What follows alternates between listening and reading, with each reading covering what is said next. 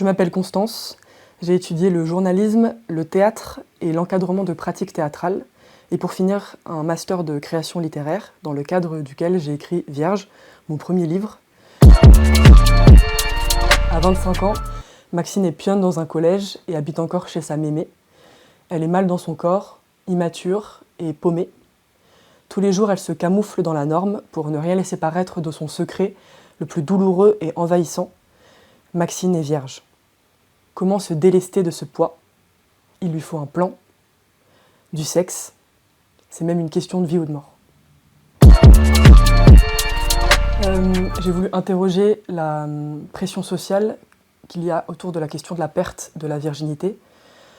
Pourquoi il existe un âge premier de la première fois? Pourquoi on parle d'une perte?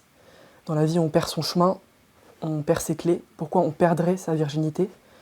Qui a inventé le mythe de l'hymen qui fait pop? De quelle virginité parle-t-on? De quelle sexualité parle-t-on? Et pourquoi toujours autant parler de sexualité?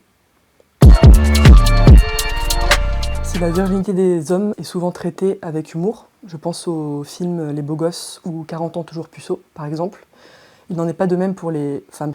Vierge, ça évoque autre chose, des femmes à la peau diaphane et aux cheveux longs, couronnés de fleurs, des femmes maternelles, virginales et naturelles à la fois, un peu comme les madones des peintures d'église ou les figures d'elfes dans Le Seigneur des Anneaux.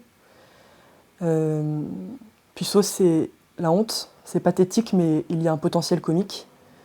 Vierge, c'est presque un peu chic, c'est intérieur, c'est mystérieux. Je déteste le mystère. C'est en ça que j'ai voulu inventer une vulve avec d'autres fonctions que celles possibles de reproduction ou de pénétration.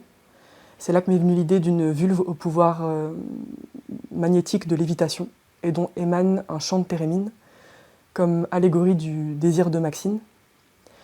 Une autre raison peut-être un peu plus évidente est la pudeur. J'avais besoin de traiter des thèmes tels que la misère sexuelle féminine, la haine de soi et le désir refoulé par l'humour et l'absurde.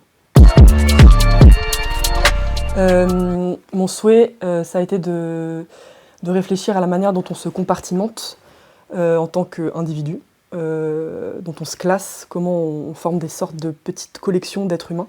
Il y a aussi la manière archétypale dont sont présentés les personnages secondaires du roman, un peu comme dans une BD, avec Thibaut, l'étudiant en théâtre, poète maudit, Mao, la Gwyn snob d'une grande école d'art. Il y a aussi Miranda de Shriver, la dame nature qui veut soigner les hommes.